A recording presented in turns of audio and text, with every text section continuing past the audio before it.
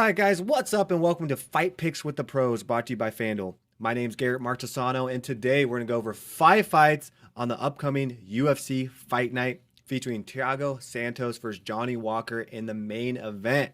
Today, I'm joined by my co-host, as always, Chris Holds It Down Holdsworth. Let go! Let's go.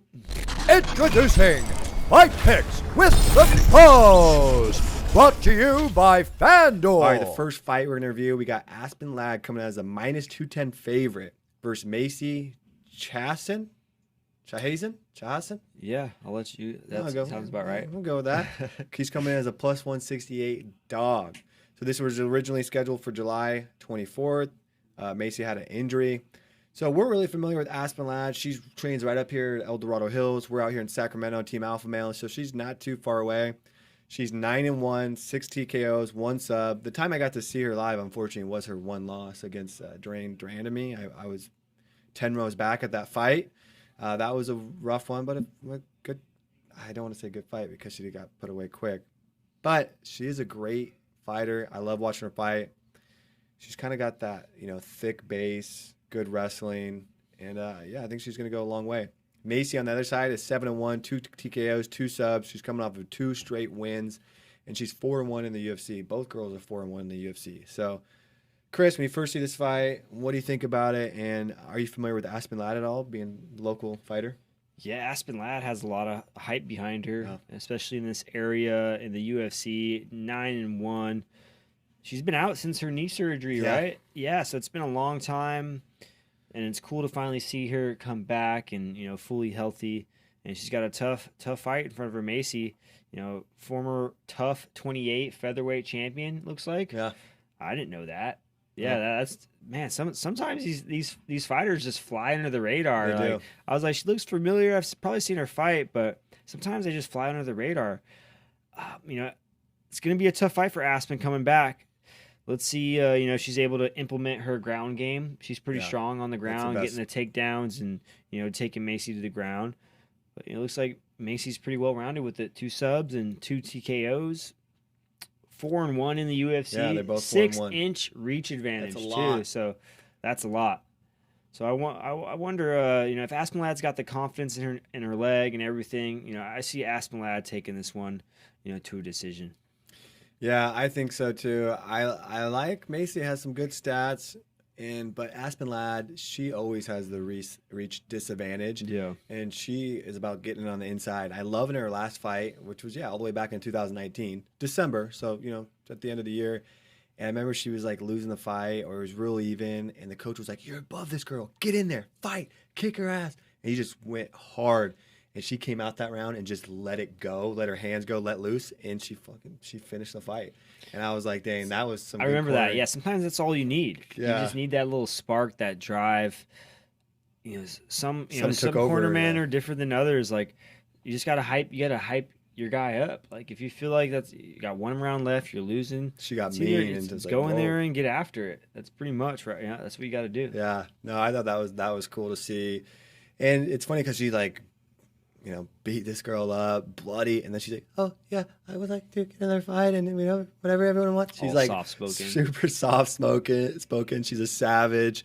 She's right out here local, so I like that pick. I also like it. She's got 6 TKOs. I'm gonna say Aspen Lad by TKO. I like her winning this fight. Macy's gonna put up a definitely good fight. I like your pick as decision, but I'm going Aspen Lad by TKO. All right, move on to the next fight. We got one of the fan favorites, one of my favorite fighters, Kevin Trailblazer Holland, coming in as a minus 158 favorite against Kyle Daukaus, coming in as a plus 128 dog. So, this is an interesting matchup. We all know that Kevin Holland went in 5 fights in 2020, 5 wins, and now he's run into a couple losses. Again, to Brunson and Vettori, who are some of the top dogs. But they both came in with the same game plan. Takedown, single legs, double legs, smother him.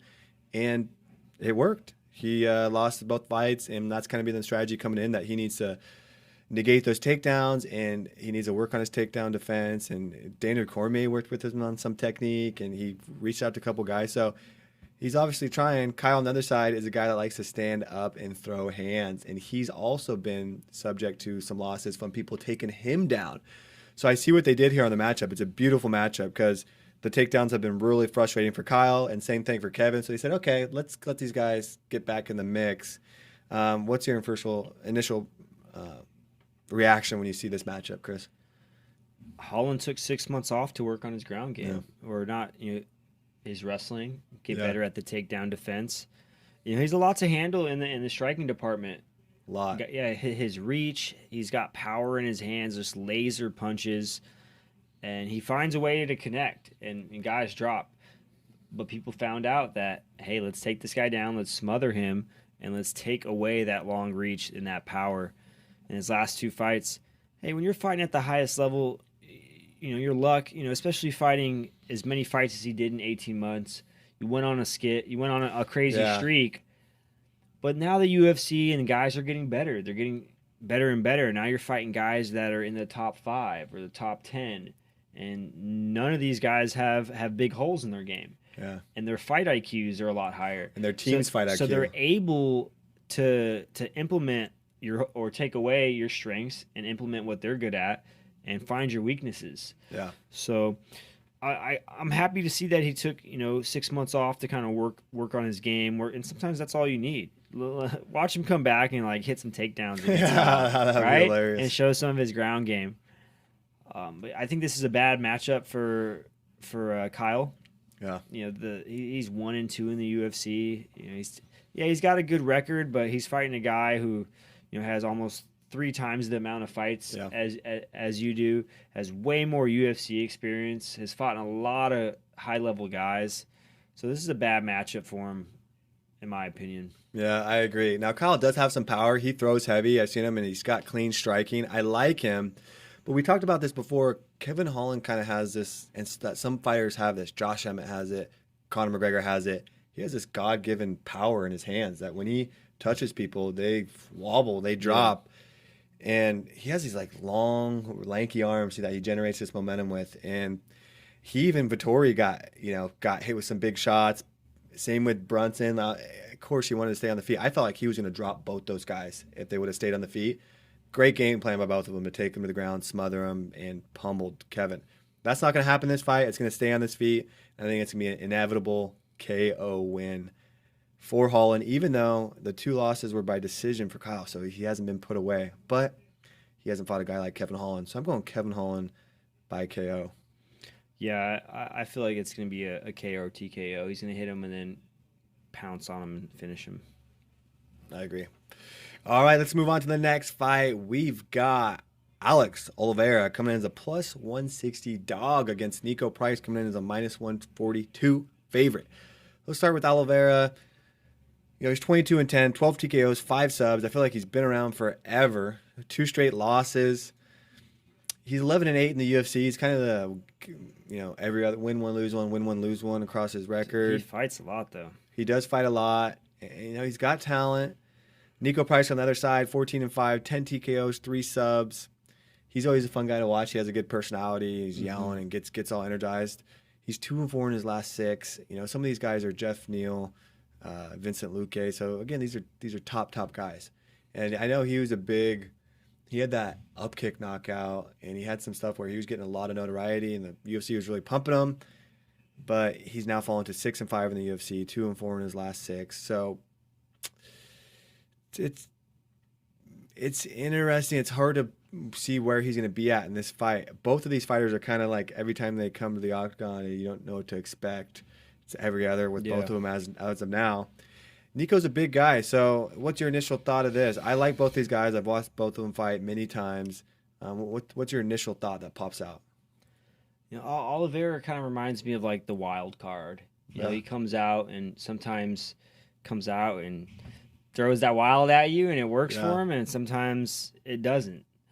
And he's got a weird style. It's kickboxing, and the ground game is, I think he's got some submissions, but his ground game hasn't really stood out to me. Yeah. What stood out to me is just his unorthodox and his come at you and not give a He likes to brawl. Yeah, he likes to brawl, and he's down to fight anytime.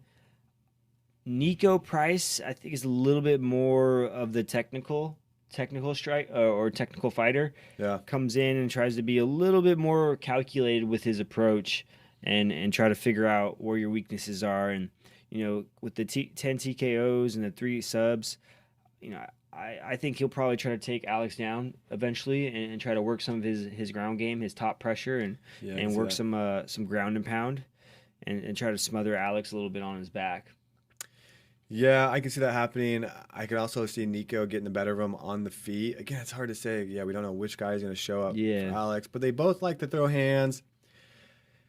I was impressed with Niko in his last fight. God, the guy's name is escaping me right now, but the guy he fought is the one who's really he's doing backflips on top of people and that was I forget his name.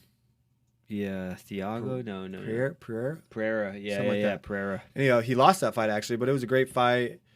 I'm gonna go Niko on this one. I like Niko getting the win. I think it's gonna end up being both are gonna have their times in the fight, but I like Niko by decision, 3-round. I'm gonna say Niko gets the decision win. Yeah, I think Niko is gonna get the win as well. Just him putting. I think he's gonna be able to put things together a little bit. Not sure what Alex is gonna show up. I think Niko is a little bit more of a he'll show up every fight and give it his all type of thing. So I got Niko by decision as well. All right. Second to last fight. So we got Misha Cirkunov. Sorry guys, plus 132 dog coming up against Krzysztof Jotko. As a minus 162 favorite. So we'll start with Misha, 15-6, 5 TKOs, 8 subs. His last loss was to Ryan Spann, who we just saw lose to Anthony Smith. He's lost 4 of his last 6 by TKO. Again, these are big guys, Spann, Walker, Teixeira, Ozdemir. These are powerful guys. But still, he's susceptible to being KO'd, which is not good. On the other side, Krzysztof was 22-5, 6 TKOs, 1 sub. He lost to Strickland back in May. So obviously he's moving up weight classes to light heavyweight. And that snapped 3 straight wins for him. So he was on a win streak, and then he lost to Strickland. So, man, this is the co-main that they obviously think these guys are going to be throwing big hands and that someone's going to get KO'd. So I see what Sean Shelby and them are doing here. What pops out to me is that Misha's been KO'd quite a bit in his last 5 fights, and that's the other guy, Krzysztof, was actually won 3 straight, but he's not the big KO artist. Out of his 22 wins, 6 by TKOs, 1 by sub, and 16 by decision. So he's kind of a decision guy. What pops out to you in the stats of how you think this fight might end up? I've known Misha for quite a while. He came up training with some guys in Canada that were affiliated with the gym that I used to train at. So he's always had good jiu-jitsu. I think he's competed in ADCC as well, or maybe some trials and some higher level grappling stuff. 8 subs on his record.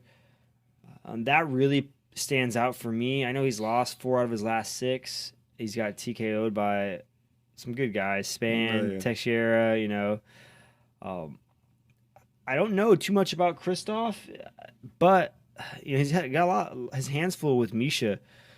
I think Misha's going to try to take this down and work his ground game. That's where he's strongest at. He's got power in his hands, of course, but I think his real ace is taking people down and getting the sub. Oh, he has 8 subs out of his 15 wins. That's half his wins. Yeah, so over half of his wins are by sub. So I can see him taking this Krzysztof guy down, using his pressure and his weight, and then end up getting a sub. Okay, so you're going Misha by sub. Yes, sir. I think Krzysztof, he had 3 wins. Strickland is kind of on his own run right now, so I don't discount him losing that decision too much there. So I think he's going to be on pace. So I like Krzysztof getting the decision win over Misha to get back on pace. And I have to go against you on one of these fights, so I'm going Krzysztof by decision. It's time for the main fight pick of the evening. All right, thanks, Bruce. The intro. For the main event, we've got Thiago Marreta Santos. I thought he was the Thor or the Hammer or something. The Thor's hammer or something. What, he changed his Man, nickname? yeah, he must be changed his nickname. Okay, coming as a -162 favorite against Johnny Walker, who's a +132 dog. So Thiago Santos, we all know what he brings. He's got heavy power in his hands. He loves to come at you and just go right hook, left hook until you drop. You know, he's 21-9, 15 wins by TKO, 1 sub. He's lost 3 straight. Okay, John Jones, Glover Teixeira, and Alexander Rakic. So these are, again, top guys. He's still at the top of his game. He is 13-8 in the UFC, 3-3 in light heavyweight division. He has the most KOs in the middleweight division with 8. So this is interesting. It's always, when you're fighting these top guys, it's, you know, when you see someone on a 3-fight skid, you might think, you know, he's about to get cut from the UFC, but it's really far from that because it's close fights and he's fighting these top guys, get right back in the mix.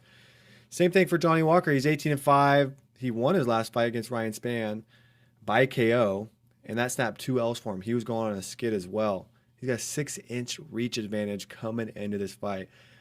So I like both these fighters. You know, some fighters bring entertainment to the fight. Johnny Walker always does. He's an outspoken guy, fun fight style. And Thiago Santos, who doesn't like a KO artist, right?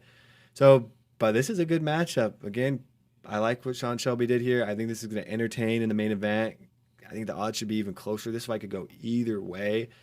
So after you hear me ramble those stats and see these fighters, does anything pop out to you in the stat sheet here? Well, I haven't seen Johnny in the octagon in a while. Is he just coming off that shoulder surgery? That he has been out for a while. I don't know the exact date. I think that's what. Remember when he did that? Like he fell and tried to do some crazy maneuver. Oh my god! And he popped his shoulder out. Yeah, I do remember that. All right, so I'm pretty sure he's coming off of that and coming back into the mix. I could be wrong, but you know, to come he celebrated the win. Yeah, to right? come off time off and fighting a guy like Thiago Santos. I hope you're in shape. You know, Johnny's got a huge reach advantage, but Thiago has proved time and time again he can get past that reach, get inside, and use his power and connect. You know, Santos has fought the best guys in the division as well. His last win was against Blakovic in February, 13-8 in the UFC. Most KOs. Yeah. Did you already drop that stat? Yeah, I dropped that. Yeah. I gotta drop it 8. again. Drop it I again. gotta drop That's it again. So I think for sure Thiago's gonna try to use his power, get inside, use his head motion, and get past that long reach of Johnny Walker, and start connecting with some of his power shots. Johnny Walker kind of just came off. He's always come off to me just kind of an explosive, in your face, throw anything type of guy. He's never really like, oh, you know he's a jiu-jitsu guy or you know he's a boxer. Mm-hmm. He just kind of comes off as like a wild, you know, just throw everything at you type of guy. Yeah. Not really like one style, right? Yeah. Is that kind of what you get from Johnny too? I do. He's well balanced, but he is always looking to put the guy away. Yeah, no, for sure. He's like, always looking for the finish.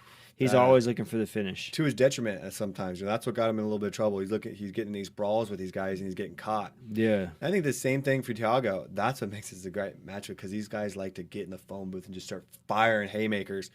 So maybe they've learned and they're both kind of in the same boat. Maybe it's going to be the one thing you get with these guys with this type of power, you expect this to be a brawl and that some guy's going to get dropped. But now both these guys know that they can get countered and put away. So will they be hesitant to engage, or is Thiago going to force the action on the fence, or is Johnny Walker going to come in and be willing? Are they going to be willing to exchange? Is what I'm thinking, or is it going to be more strategy involved in the fight? They both want to stand up and strike against each other, so I don't think they're going to have to worry too much about the takedowns. So, man, I think this is going to be I think someone's getting KO'd. I think Thiago Santos is going to get inside and connect with one of his hooks or one of his punches and put Johnny on his butt. Okay. So you're going to lock in your official pick. Yeah, I got Thiago Santos by knockout. Oh, man. And that'll be 9 KOs in the middleweight division. Yeah. Well, this is light heavyweight fight. Oh. I believe. Did he move up? Yeah, this is that light heavyweight. Okay. Yep. Thiago Santos did. I thought those traps looked a little bigger in that picture. Yeah, big dude. So I'm gonna go. Gosh, something. My brain is telling me Santos. My heart's telling me Johnny Walker is gonna figure it out. I know he's a bigger output guy, but I know Thiago could just put him out with one punch. I'm going to go Johnny Walker by decision.